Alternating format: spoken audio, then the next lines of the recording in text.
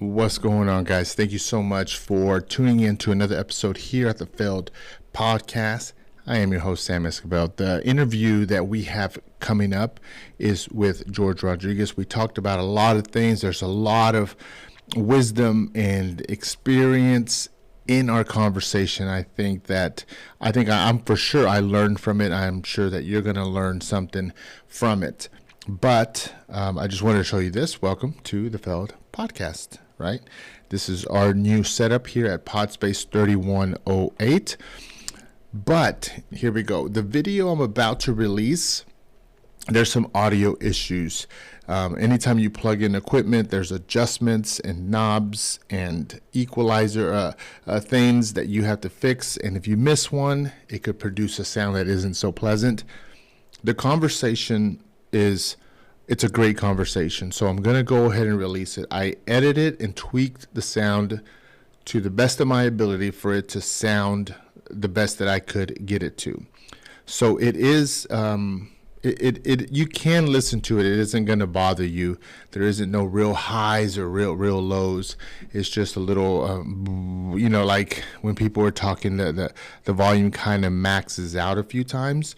But if you're watching this right before the interview, I made those adjustments, and this is what we can expect on future episodes, is for it to sound crisp and look like this. So enjoy the episode. I know that I did. Don't forget to subscribe to our YouTube channel, and if you have, thank you, and if you are, thank you in advance. And you have been watching the Failed Podcast. Enjoy the interview, and thank you, George, for coming on. And here we go. And we are on, and then, all right, let me go ahead and start the show. Let's do it. Welcome to the Failed Podcast, where failure is embraced as a stepping stone to success. Join us as we have great conversations from business to creativity to self-discovery, and how these stories produce resilience and growth. I am your host, Sam Esquivel, and this is the Failed Podcast. On today's episode, first of all, welcome to the new set, Podspace 3108. I am excited to be doing my first interview. I reached out to a few people, and I was thinking, who's going to be the lucky one? And in life, if you know how things go, man, you get a lot of no's before you get a yes.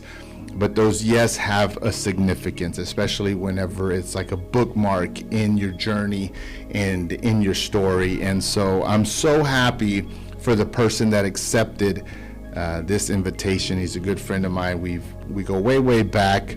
He's doing a lot of things right now, and I just want to bring him on. Jorge Rodriguez. Am I gonna call you George or Jorge? Because I know you're very particular about your name. Yeah, no, whatever you feel most comfortable with. I grew up as George, and then in 2004, right when I had gotten out, the Marine Corps, I took on this job at Aerospace. I was a headhunter there. Anyways, long story short, sorry. Slow down. I'll start then. Yeah. They said, is it George or Jorge? Because they were like both, and I was like, oh man, either one. And they're like, no, we need to know. And I said, all right, it's Jorge. I mean, that's my name. Yeah. And ever since then, so everyone who met me after that, I say Jorge, and then all my friends from Now, high school. I know it's Jorge because me and you have had conversations as we were growing up when we were younger lads, and you were very particular and specific about that. And I remember when we would be around people and you would introduce yourself, you would say Jorge, and if someone said George, you'd be like, who's that? So I knew, and it's so important. Like, our names are so important. Like, for me, Sam is easy to say, but like Esquivel isn't. Right. And so I find myself, when people say, what's your name? Well, it's Sam Esquivel, and I make sure that they say my last name correct, because it can be read like 10 different ways from what I've learned. And so what's the wildest way you've heard Esquivel? Esquivel. I'm like, it's a V, not a B, but it's all good. Yeah, you're right. Nothing but love, but it's all good. So we have George. I think George is going to roll off, for the interview's sake, a little easier off my tongue. But every now and then I'll go, when I say Jorge, it's because I'm talking to, 20 years ago, and I'm joking. Like, Jorge, you remember this? So, no. So, George, thank you for coming on. George, U.S. Marine, father, an extreme boxer enthusiast. That's what I wrote down. Yeah. But if I had to choose someone that could knock me out, it's probably George. He owns 2 businesses. The first one is Burleson Tree Services, and then Dennett Restorations. And as we're going through this interview, you're going to want to know George a little bit more. All his information, anything, all the clickable stuff will be in the description below. But I brought you on. Mm-hmm. I've been thinking about you, and I was like, man, I want to have George on. He's doing a lot. I watch your Instagram. You're pretty active on it. There's some interesting things that you do, right? Our habits, the things that we do in our adult life, usually stem from things when we were young, mm-hmm. right? And so in your upbringing, what was it like, right? And what are some valuable lessons that you remember either from your parents or just you being you growing up when you were young that you know are benefiting you today? Wow. Valuable lessons or experiences Tell me where you grew up and how you grew up. Gotcha. Okay. Well, just grew up in Fort Worth and Southside. Okay. Folks are from Mexico. My mom is from Mexico City. My dad's from Guanajuato. So we grew up with kind of Spanish as our first language, which is why we have it. That's why we're fluent. Yeah. And then immediately entered the school system where, it was English and Spanish and everything. So it was great. But yeah, I've gotten to know my parents over the years. So I've gotten a chance to ask them a lot of questions. So they were just doing their best, man. They were out here working 50, 60 hours a week. They'd make about $250 a week. Wow.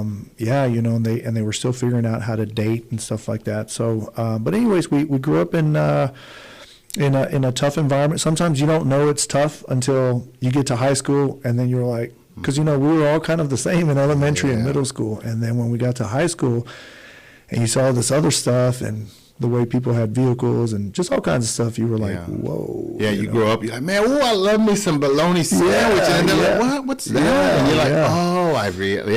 like, things start clicking, but it's what defines us. Yeah. And in the beginning, it's interesting because we don't know what we're going through. We don't realize like it's a struggle. We don't realize maybe we don't have enough money, maybe we're eating certain food because of our circumstances, but we get to enjoy it. And looking back sometimes for me can kind of ruin some of my memories, and I have to tell I have to tell myself, okay, Sam, I know from now and from what I know now, you wouldn't do it that way. But what are the lessons that you learned? So what are some challenges, whether it be your parents coming over here and immigrating and working and going through that struggle, and you obviously dealing with 2 languages? What was your school life like? Maybe jump up to like middle school and high school. What kind of kid were you? Were you driven? Were you motivated? What did it look like? Well, I do think that very early on, over the years, I'm 42 now, so I've done a lot more digging deep and just getting to know myself and understanding my idiosyncrasies and the way I am. I know I'm a motivator, right? I know I really get people pumped up. I get myself pumped up, and I believe in affirmations and things like that. And through that, I realized I've kind of always had that from like elementary school. I think I was up late watching a TV show of that one guy who taught you that you could bend the spoon with your mind, and it was up late at night. This is a real story. I remember. Yeah. And I was so captivated with the way he explained the power of the mind. And I honestly think that I remember getting rid of headaches, by focusing and things like that. So that happened very young. Yeah. That's been a journey. Middle school was interesting because where I was supposed to go to Rosemont, everybody from Southside, my mom decided, we tried McLean, then I ended up going to Daggett Middle School. And that was a very new and challenging thing for me because, I dressed like Zach Morris, right? But I speak Spanish, bro, so Mexicano, first generation. So I get over there and I meet people who are now some of my best friends, but, we meet these Mexicanos that are over from Central, which is just very different than the Mexicanos we had in Southside. Territorial type Territorial, and when I got there, they were like, who's this white boy trying to speak Spanish? And like, I was getting jumped and, because I look white, I guess. I don't even know what that meant, at the time. I was like, what was your nickname? Did they give you a nickname? Nah, they say Miklo or stuff like that. Yeah. But it was tough, man, because these kiddos, that were going through something pretty rough over in that area, more rough than what we were in Southside. Yeah. They didn't like me, man, and they called me a white boy, and they wanted to fight me for those reasons. It was very weird for me. It was very weird for me to understand why they'd want to fight me because I looked white, even though I spoke better Spanish. I remember they'd be like, "Hey, say this in Spanish," and I'd be like, well, whatever. And I'm like, what the hell, man? This is wild. Arroz con pollo. Arroz con pollo. They're like, you see, he said it. And I was like, what the fuck? Well, here's what it was interesting, because that happens when you're young. It's either differences or it's either intimidation that cause people to lean on their insecurities, right? When you're young, it's easy to do it. You're like, I'm just going to fight you. I'm just going to bully you. I'm just going to talk down to you. But when you get older, it doesn't go away. There's still people who are intimidated by you, and they talk down to you, and they treat you a certain way. They're beating you up in a certain way because you give off. And it's almost like, dude, it's crazy, because back then it could be whatever. But when you grow up, it's when you're doing good, whenever you're growing, whenever you're making an impact. People don't like that. Okay. And I'm not hating on no one. I'm saying this so that if it's you can elevate yourself. But have you experienced that in your later years, where you just kind of get a cold shoulder from people, but their judgment isn't, oh, well, you look like a white boy or whatever. Like, it's something else now, and it's more like it's actually deeper, and it makes you think, man, I need to either connect with this person. Well, the white boy part probably, as you say, probably doesn't happen. Now, on a regular basis, I could be at any restaurant, and my Mexicano people are always the one that do it. They're like, what are you? We didn't think you were Mexicano. So that happens, and now it's just funny at this point. But the one thing I think that did happen, and it was tough, man. It was a very tough, talk about failure. It's when I had to shut down the first business and went through that divorce. A lot of people, and very similar when I was in the Marine Corps, when I got in trouble, I got busted down, lost my rank and things like that. I got NJP'd, is what they call it. But when I was low is when I got to see a lot of people really excited about that. And so I saw it, as a, I guess on the back end. As I was going through it, I didn't see a lot of like jealousy or hatred, or I don't think I felt that way. I think I was just on a vibe and on a journey, and I was like just feeling, creating the business and doing all that. But when I saw a lot of people that were kind of relieved, kind of happy that I went through it.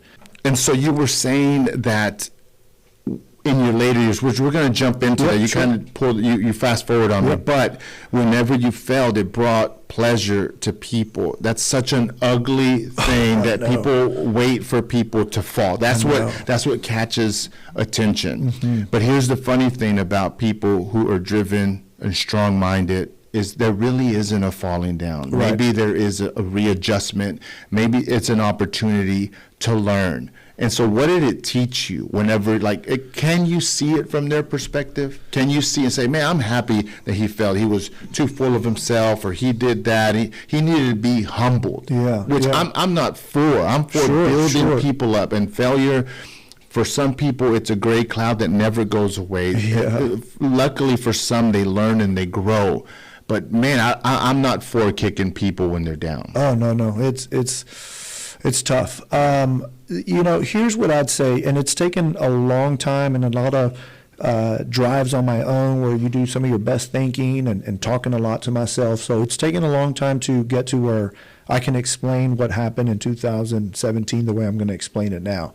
I didn't handle it with the most grace whenever I was going through it, but I really did do my best to just pound into my mind that whatever was happening, regardless of the circumstances and of my five senses, some way, somehow, this was going to work out in the best way possible. I remember jumping in the mirror because I lost everything. Well, I say I lost everything, and I'm wearing designer custom design clothes. I lost everything, but I look good. No, check this out, dude. Check this. Yeah, I lose it all, right? Shut down the business. We're bleeding everywhere. I get a divorce. My son was, I think, 5-6 months old, and got a divorce. And you know, I'm wearing the clothes that I have, which happen to be nice custom clothes. I'm driving my Range Rover, and I'm living at my parents' house in the back bedroom, broke.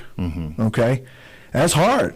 Right? And I remember looking in the mirror and just being like, this will be the best thing that's ever happened. This will be the best thing. And I was in the shower jumping, just saying it over and over and believing and just cramming my mind with just YouTube videos of positivity and things like that. And I remember, George, keep it down. Your mom's like, I know. They were like, whatever, as long as he ain't hurting, you know, our parents are, they love you so much. But, and I remember watching this video where they talked about like the owner of Domino's and all these things that they went through.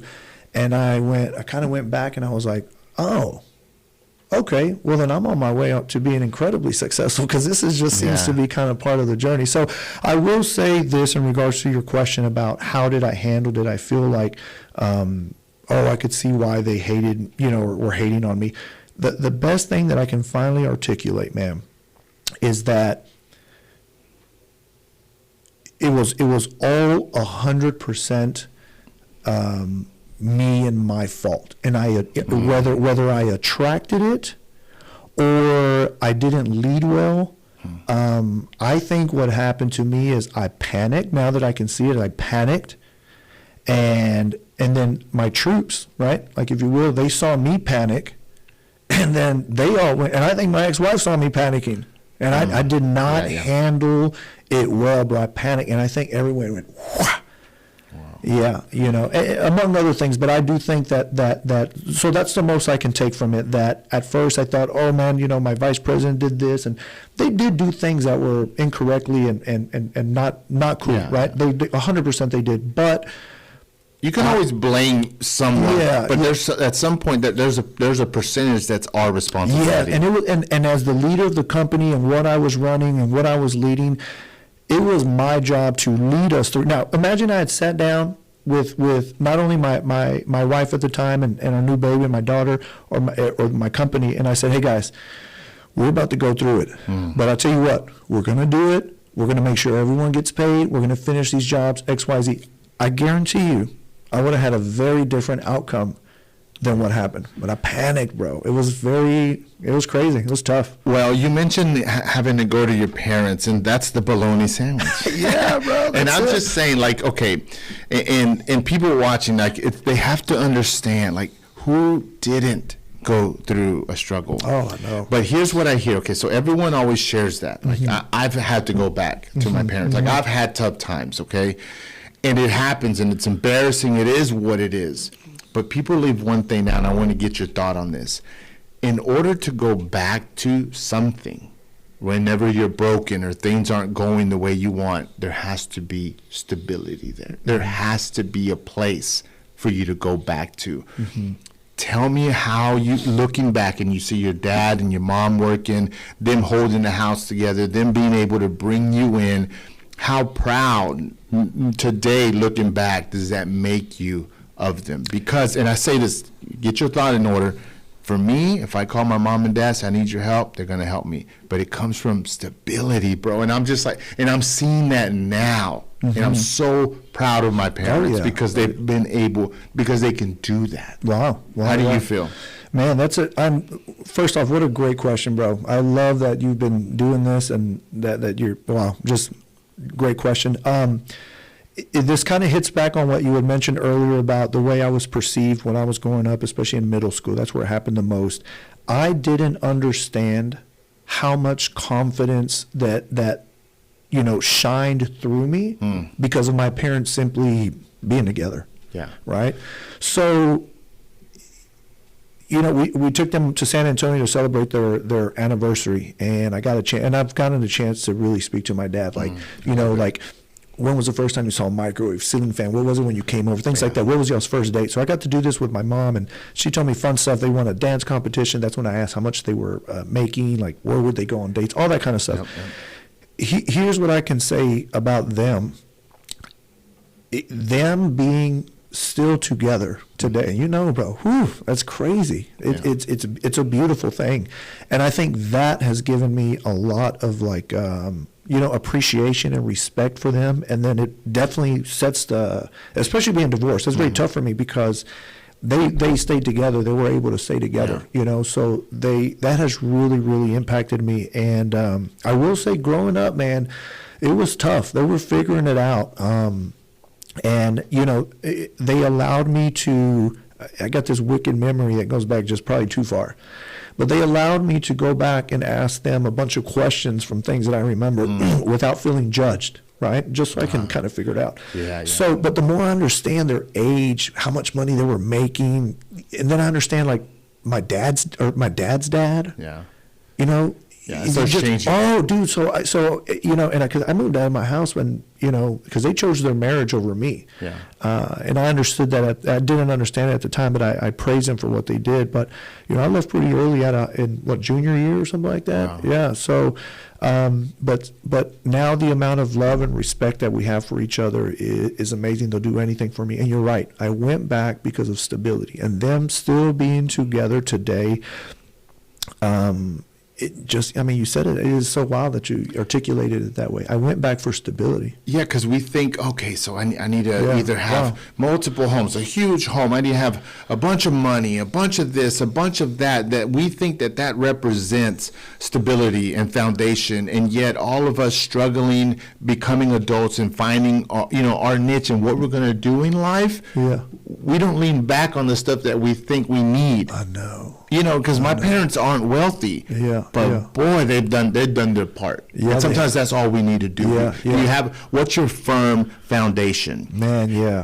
But it takes me to this because you have a lot of fundamental things about you since I've known you that haven't changed. Like just the way you dress, the way you carry yourself. You've always been really confident. And then we had a stretch there where we would hang out all the time. We were talking. We really got to know each other. And usually when in friendships, when you go heavy, like, we're talking daily, we're seeing each other, we're eating and all that stuff, when someone gets on your nerves and you cut it. But we had a good run. Yeah, you were on me. Yeah, absolutely. It seems like we had a good mix, and having great friendships is so important.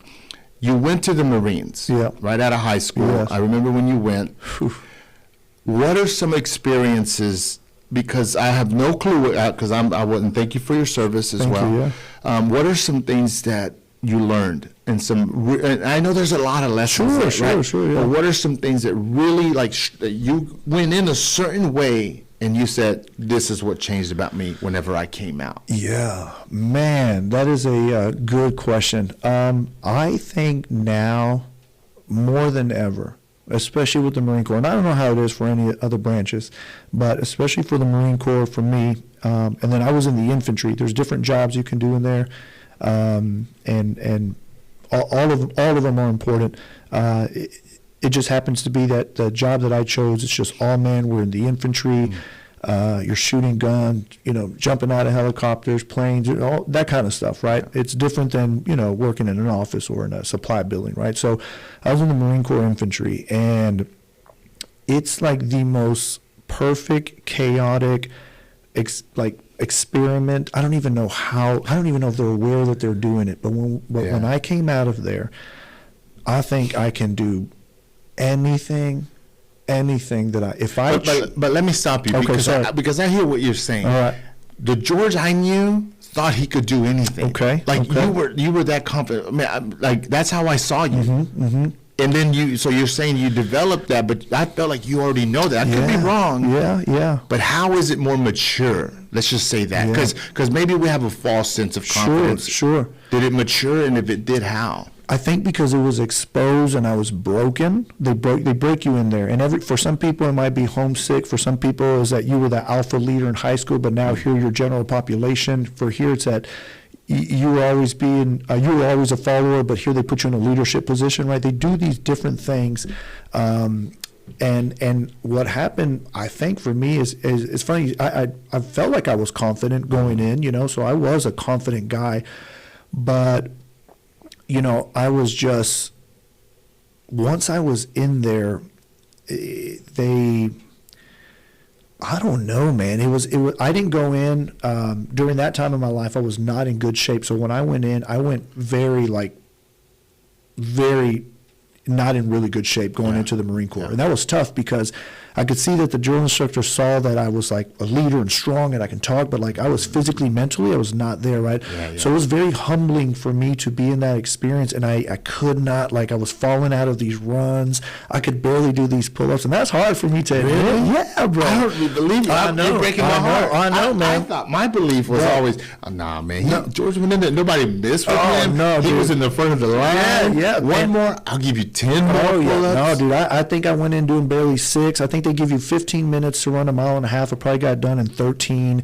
I was smoking and partying and hanging out a lot. But when they put me in a leadership position, I was really all of a sudden able to like run harder and faster because I was motivating them, not myself. And that's what really, it did something to me. I noticed that when I was in a leadership position and I could help you focus on your goals and you becoming better, I didn't have to focus on my part, and I just naturally was a leader, stronger, fat. It was a while. It just all kind of manifested. So with that, and then everything we went through in the Marine Corps, because, bro, it's just tough, man. It is hard. I was telling people try to romanticize it, but it's tough. Oh, bro, it's so tough. I was telling my fiance the other day that we were in Japan doing a it's called Jungle Warfare Training Center, JWTC, and there's this part where you have to hasty rappel, and you pretty much like tie this rope kind of around you, and you're pretty much just trying to outrun the fall. It's like if you're out in these mountains. And, you know, when you're young, you just do it, right? We also rappelled off this wall. But anyways, bro, like, I was telling her about that, and it was no one even got hurt, right? But you just believe in yourself. There's this thing in boot camp called a confidence course. And to this day, now I'm afraid of heights. Now I get a little vertical. Dude, this thing, were these massive logs, right?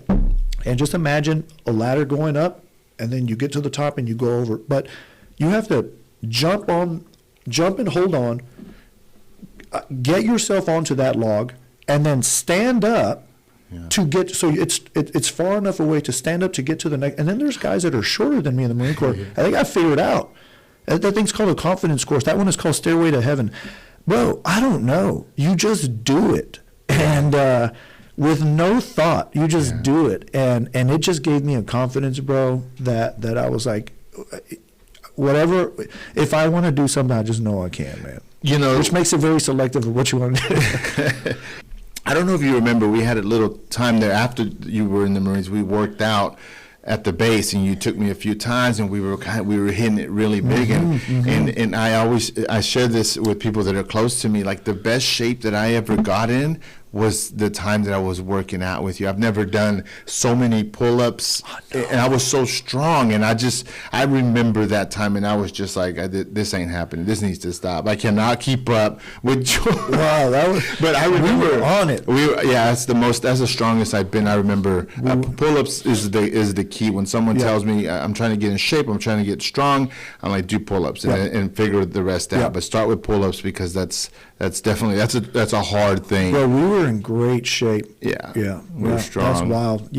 I always wanted to be, because in the Marine Corps you were just kind of big and this, and I wanted to be that other kind. Remember, we were trying to get ripped and strong, and I started following that dude on YouTube, and I remember running into you somewhere, or maybe you came over and you go, "Dang, dude, you did it. Yeah, you look like those guys." I'm like, I remember that. I worked really hard. It was fun, man.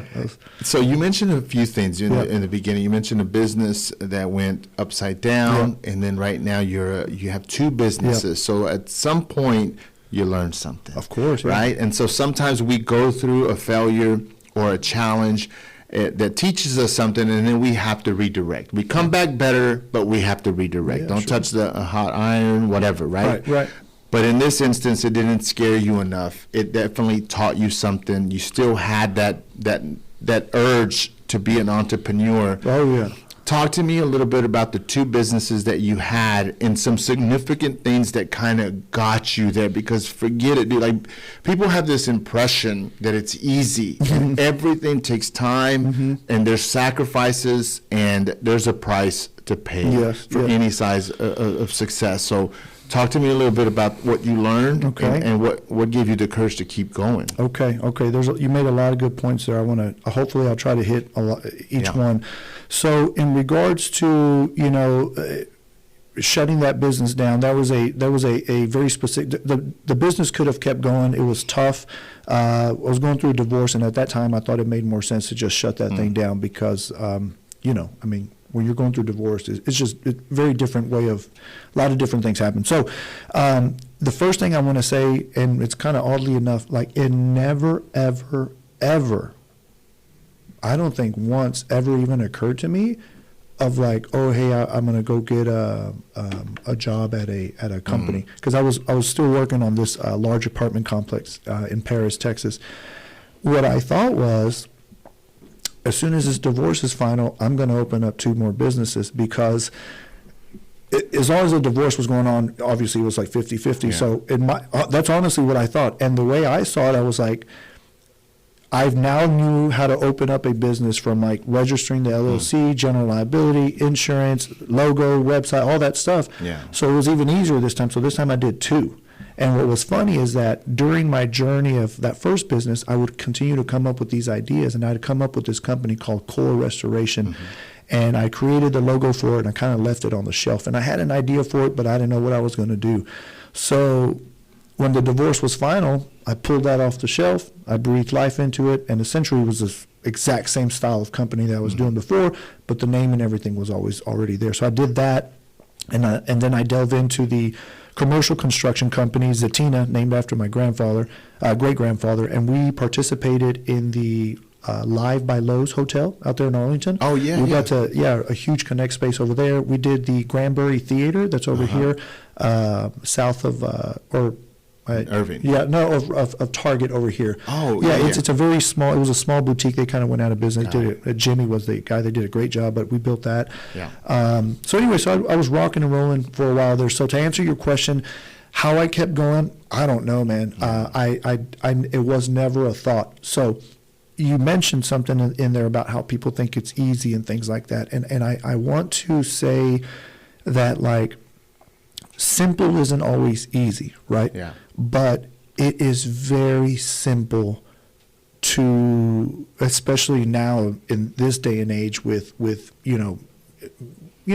technology and everything. But it is simple to let your imagination start running and figuring out how to do these things. It's not easy, but once you taste, wow, this is good.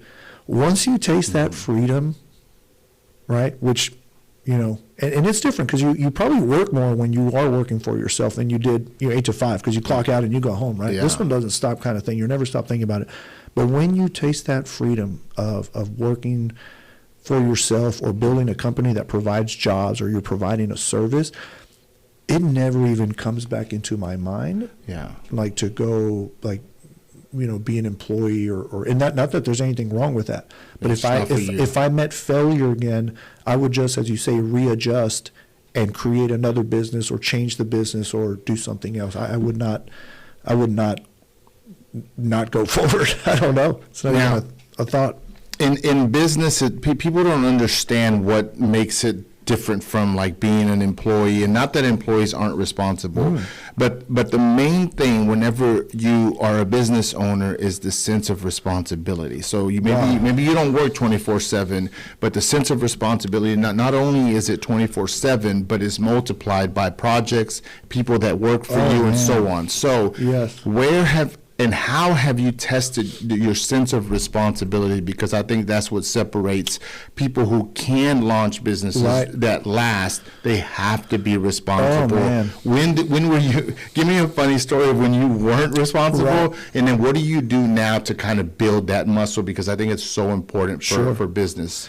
I'd say that when I first started, I burned the ships, meaning like there was no going back. So that style of energy. It was, you can only tap into that energy when you are in that mode, burning the ships and you're all forward. So all of that, I was just working hard all the time, And at the time, I remember asking my wife, hey, give me a year. And she did. She just let me go run this thing hard, right? So you need that, right? But when you talk about responsibility, and I don't know if this is the answer you're looking for, but I'll say this, man, because I always wanted to go to the TCU school. I always want to go to TCU and graduate from the Neely School of Business. But I'll say this, man. I was rebuilding a house for a family over in Northside, and it was a fire damage. And let's say they were supposed to get in on January 1st, right? I don't think there's an elective at TCU. You can't sign up for this class. I don't know how this works other than just putting yourself out there, and the more exposure you have, and business is one of the best, the more opportunity you have to like dive in and like find new emotions and dialogue and figure problem solving. To look at a mother and father in the eyes and be like, hey, your house is not going to be ready. When's it going to be ready? And I'm just like, I don't know yet, because cash flow, managing all that is, and I didn't go to school for any of this stuff. All of a sudden, there's just all this money. I'm just trying to figure it all out, right?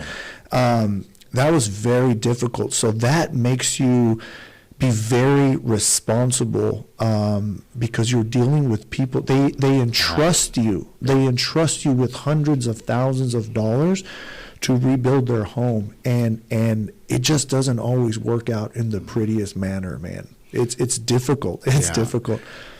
You mentioned the school, the Neely School at TCU, and their program, and it makes me think of like buildings with names on it. Okay, and it's a different level of individual success, legacy. Yes. But I feel like they go through there's a certain they're going through the same thing that you're going through right now. Yeah.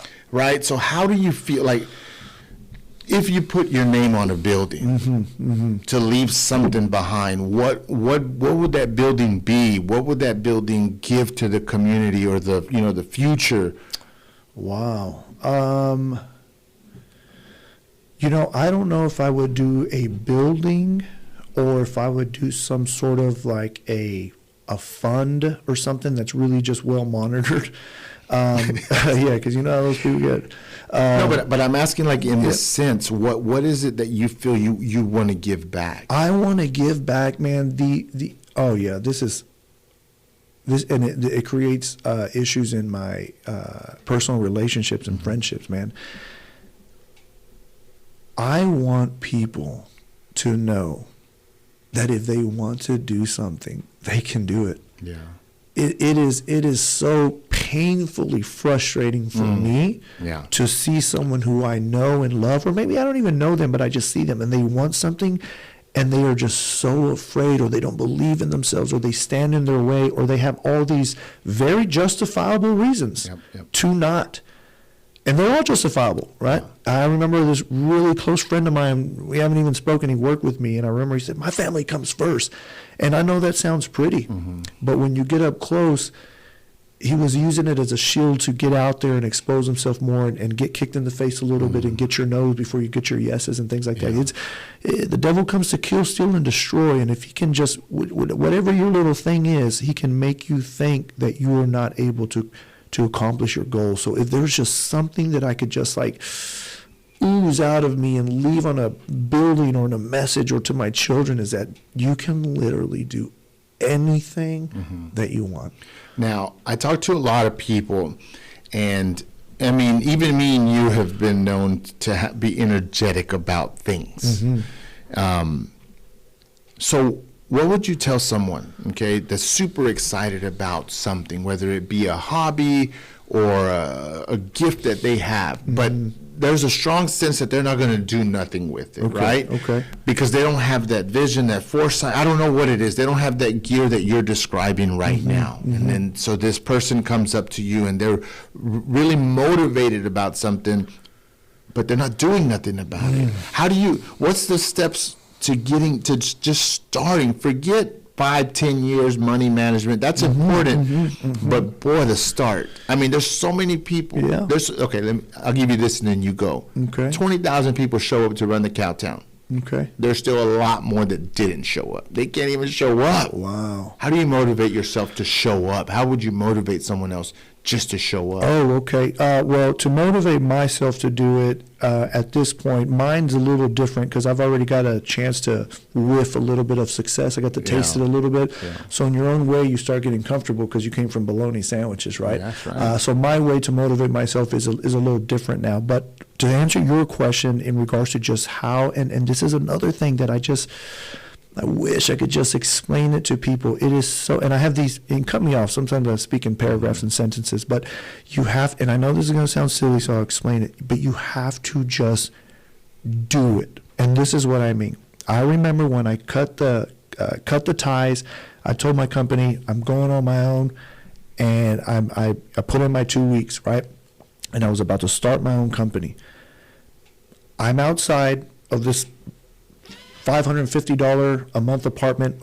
I've got my dog, Gunny. He's on a leash. I'm taking outside. He's taking a poop. And I take out my phone. And because I remember I had taken this class at TCC that if you Google something, you can use a plus sign. And I take out my phone and I go, hey, Siri, how to start a construction company, plus sign, Fort Worth, Texas. Okay? I'm serious. That's how it's serious saying something. That's how it started. And then it told me what to do. So then I now have to drive down to this building, right? And part of that is like I have to figure out where to park. I've got to pay for this thing. Now you're aware. And there's something that's called reticular activating system, RAS. Once something is on your radar, these things begin. You know when pregnant women say, man, everyone's pregnant. It's because they see if you have a blue car, RAS, right? So now I'm driving to this place, and I'm figuring out where to park, and I ask officers, hey, where do I go for this? Oh, go down the stairs. I go to the front. Yeah. Hey, I want to register as a contractor. Oh, yeah, this application. And, dude, and it just begins, and it begins. But it started because, hey, you just do it. Yeah. I had an issue where I was going to hire this person, and I wanted them to be like a permit technician where they were going to help with all the permitting. And my style of because I don't want to micromanage, and it's weird because I've been accused of being controlling. The control that I want to have is to let you figure out how to do things within a parameter. Absolutely. I don't want to micro within those parameters. In the Marine Corps, they'd say, "Hey, you two, we need all this stuff in the truck. Get it done by 3:00." Right? We didn't say, hey, well, where are the brooms? Is there a dolly here? We went and we looked and we made it happen, right? I remember with that person, I said, go head down to the building, and they're like, what do I do? I say, when you get there, you're going to ask. And I was trying to get them to see that there's value in driving to the building, figuring out where to park, going down, asking for help. Like, not only were they going to begin to, and that thing blew up in my face. So it's difficult. I want people to know that it's that simple. If you genuinely enjoy, underwater basket weaving, right? Then you get online and just go down a rabbit hole of underwater basket weaving. You just do it. When you're ready, I'd like to even apply this to purchasing that business, about how like a caveman like me who's not very smart figured out how to do that. And I'm telling you, man, and it's not, and it's funny because you hear like, there's people way smarter than me, bro. Yeah, that's the thing. It's not about smart. And it's not about, and it's not just that intelligence. There's people who have probably more common sense than me, but they will not take the shot because they're afraid they're going to miss it. Yeah, and it's just not even a thought to me. I think it's so important. You said something that stuck out, and that is you got to know how to fill in the blanks. And if you don't know how to think like that, where this needs to get done, here's the steps towards it. That's really what separates you. And sometimes we're waiting for someone to line it out detail by detail. And if that's you, right here, it's like figure it out. If we Googled, hey, how to start a podcast, it will tell you. Yeah. That's how I Googled everything. Yeah. I was like, how do I do this? I've Googled that. I was like, how do you start a podcast? Yeah. Now, the process of starting one is easy, right? You can probably do it in 10 minutes. Yeah. But the work after, right? The skill. The script, continuing. And so, okay, anything else about business that you would like to share? Maybe, I know it's a really loaded question, but what's a valuable lesson? Here's what I would like to share, and I hope it answers your question. Years ago, I came across a gentleman named Dan Pena on YouTube, and he runs a course called the QLA or something like that, and you fly out to his castle in Scotland, and he's not very nice, and he's intense, bro. He was in the army, but his thing is, and he said something years ago, he goes, it's easier to buy revenue than it is to create it. And I was like, what? Because I created mine from scratch. And there's a lot of beautiful things that go with bootstrapping a company, but I was like, okay, so I was interested. So his whole thing is how to go and buy businesses. And he's saying you're going to get a motivated seller. They don't have any kids or they hate their kids and they're going to sell it to you and they're going to owner finance and you're going to do this and you're going to do the books. And he teaches you to, right? So I've been watching his YouTube for years, okay? And then I started watching a YouTube on how to read financial statements, right? And then I've started finding out that there's business brokers, right? So I'd email a broker, hey, I'm interested in looking at this and I'm a business owner, but I still have nothing to do with that, and my bank account cannot afford a business, right? But I asked these brokers, what I'm trying to say right now, and I'll continue the story if you want me to, but what I'm trying to say is, like, I want people to understand that, like, I don't want people to rob themselves of the future because of where they currently are. Anytime I was looking at a business or emailing these brokers or reading these or watching these YouTubes or reading these financial statements, I didn't have the money to even put down on a business to buy one. If I had gone based off of my current circumstances and I said, well, once I have the money, then I'll look at these businesses because, well, I don't even have any business looking at businesses right now. I don't have the money. And, dude, what happens? A very quick, short 6 years later, 4 years later, through being out there, right, my demolition guy goes, hey, man, why don't you buy my demolition company? And at the time, I couldn't. Well, he also owned a tree trimming business. And he said, hey, man, you know what? I didn't think I was going to sell this thing. I've sold everything else. I don't have any kids. I think you would do great. I will even owner finance it. Just give me X amount down. Yeah. And you better believe your boy figured out how to go get $150,000 to put down. You have to be ready. Like if I could tell you, I'll tell you off camera the story for the pod and where I am today. It really is like investing in relationships and building my character and having and have not expecting people to trust me just for the sake of the word, but they have evidence that I can trust Sam. Right. And these opportunities come up through relationships. Now, there's some that just come out of the blue, but there's far and in between. But the big things happen through relationship and opportunity. That's such a great story. It's so motivating to me because it just emphasizes what I'm doing. Yes, dude. I had no businesses meeting with some of these guys. There was a carpet cleaning business that I wanted to buy, and it was kind of nervous, right? And I'm a grown, successful businessman, but I hadn't done that. So I'd go and I'm looking at stuff and I'm learning. I'm figuring out how to do all this stuff, man. But yeah, that's you do not let your current circumstance rob you of the future. You got to, your imagination. It's chapter 6 in Think and Grow Rich. That's the book that changed my life besides the Bible. Think and Grow Rich by Napoleon Hill. And in fact, it is God what he's talking about. He calls it infinite intelligence or the ether. But chapter 6 is imagination. And dude, you got to have some, you got to find something that juices you up, man. YouTube gets me fired up, man. I Google stuff, I YouTube stuff, and I get fired up, man. And then I parlay that into action. You gotta Google, hey, how to start a podcast, and then you go to Guitar Center and you buy a microphone, right? And you're like, okay, well, now I'm going to download this program, and you just do it, man. Well, dude, it's so great. Time's flying by. So I got a few more things I'm going to try to cover. I want to make sure that we go through the whole script here. Okay, so friendship for me is very important. And you mentioned Beto, and then you and me, we obviously had a time there where we were really leaning on each other to kind of just be our support team. We would talk and share moments that really have defined us till now. And we had a really great friendship. We were still friends, but back then we were friends. We were hanging out and living life and doing life. what qualities do you value most in a friend, and what makes friendships strong now? Now we see friendships a certain way when we think, oh, we're 18, 19, 20, during that time, to now when we're older, we have a little more life experience. Yeah. What makes a great friend? Why are you a great friend? What makes a great friend? Yeah. I think what makes a great friend, that was good. Those are good times when we were hanging out, man. Well, and you know, and I always think about that one song that we used to listen to on the John Legend Get Lifted album. It was about how we're not going to put things on layaway anymore. And we were finally, I remember that. Makes you emotional. Yeah, that we were finally going to get ours, you know? It was crazy. You know, I've been blessed with the friends that I have. I've got the ones from elementary all the way up to high school. I've got the ones that I connected with when I was at Joe T. Garcia's. Then I've got the ones currently in my life. I think, and especially when they say like you're the average of like the 5 people you hang out with the most, right?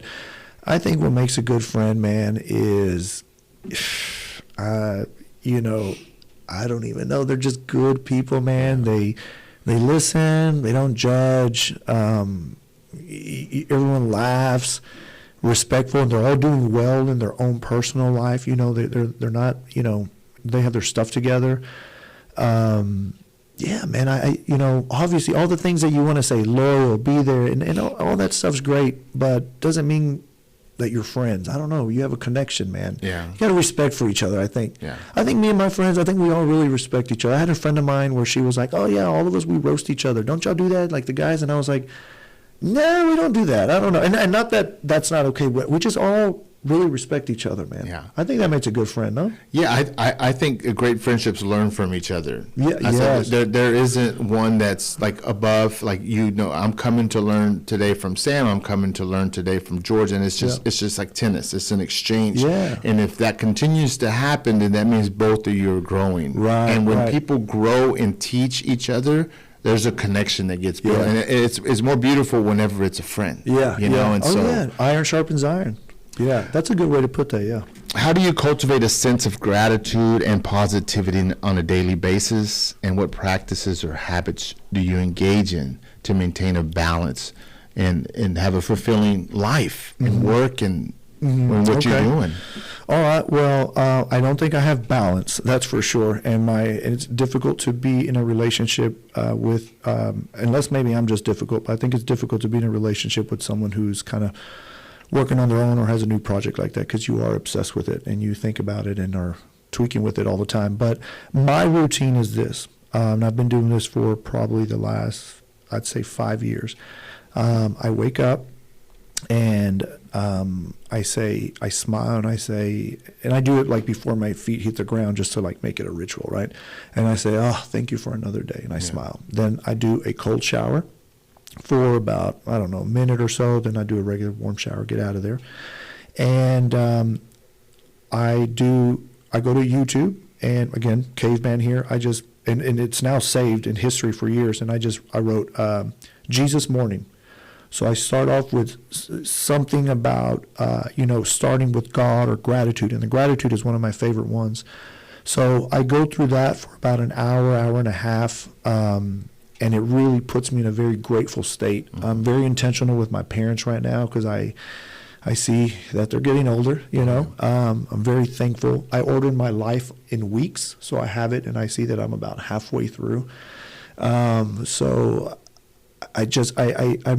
I'm just like, man, my parents are here. I've got this beautiful girl here with me. My children are smart. We've got this business. I go through that. And then as I'm working and going through my stuff, I put on one of my books, whether it's 10X, Grant Cardone, Think and Grow Rich, and I'm listening to that, through that, for the rest of my day until like 4 or 5 o'clock. And I feel like after that is when I deserve to hear some music, right? So I go through that, and it keeps me focused, because dealing with cash flow and subcontractors is very, very difficult and very stressful. It's just hard, man. It can really take a toll on you. So that's how I stay balanced in my life and not get too out of whack with the stresses that come of the freedom that we have, which is being a business owner. So gratitude in the morning, very intentional with those videos. Then until 4 or 5 o'clock, something that focuses me on my project and me being a better person. And then in the evening time, I love to either prepare a meal at home with my family or go out to eat, and it's like we made it to that part of the day, right? Oof, I love that, right? And and then we just try to finish off the day, and the bedtime routines, and just try to do prayers like that. But I think that you can probably on any day of the week, Monday through Friday, during those times, that's what would be going on. Yeah. And that helps with balance and focus. I have one more question for you, but before I ask that, I like to give my guests an opportunity. Is there any, and obviously I'm asking, anyways, do you have any questions or comments? Just because I feel like like just to be sitting here with you, it almost makes my memory just go back. Like we're definitely, we've aged, and a lot of time has passed. But anything, a comment, question? Man, well, I got to make the one about the song from on the John Legend album. I remember we used to jam out to that. We were like, nah, we're all broke. Remember that? The one thing that I've always admired about you was your the photography, how much you know about art. I tell you, I'm so lucky that I got to see the presentation that had been done by and if I wasn't here, you'd be so proud of me. I remember his name. The one that has the B-Man, the large black and white. Cause. No, the large black and white, very up close photos that has the B-Man, it has the truck driver. Avedon. Avedon. You took me to that. Yes. And yes, so we went to that, and that thing has been put away for another 30 years, I think, or something like that. So I was so fascinated with Sam being from the South Side, breakdancing, tattoos, and the way we used to live.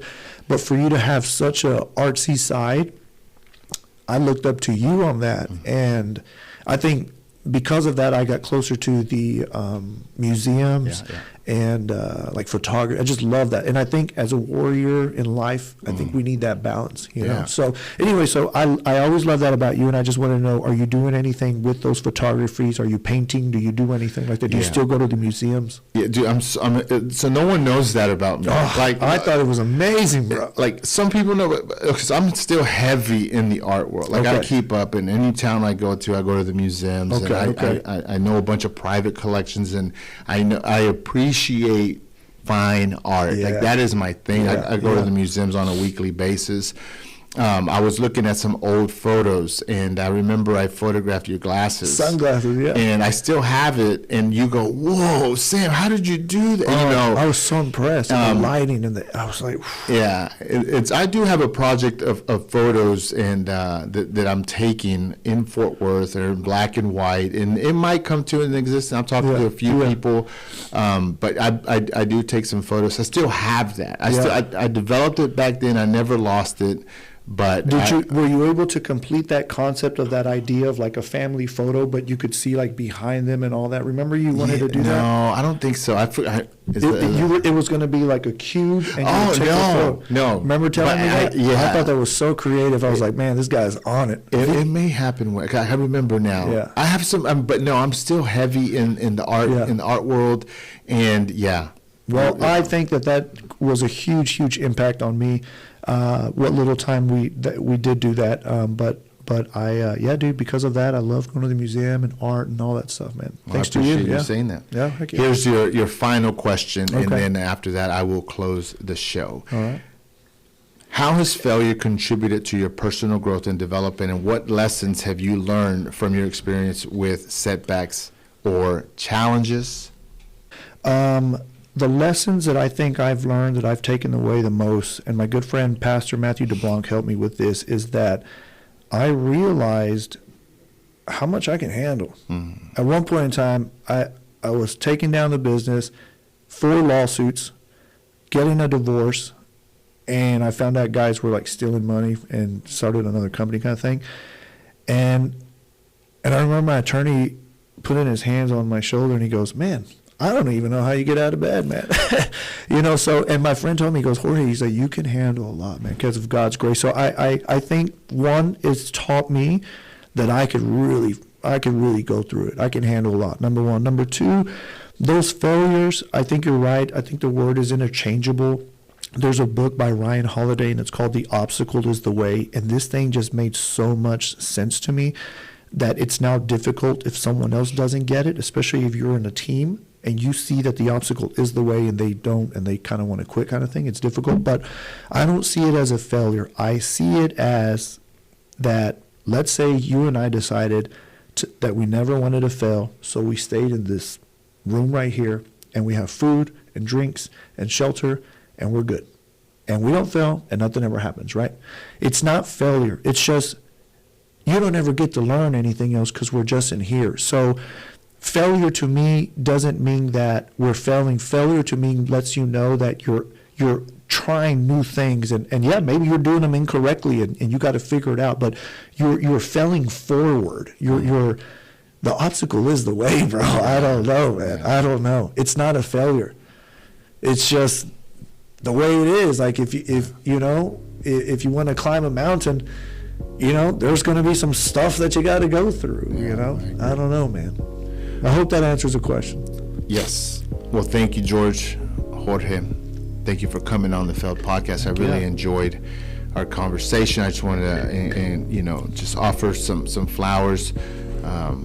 Keep doing what you're doing. Like, I watch your stuff. I see you moving, and I've known about some of the struggles you've gone through.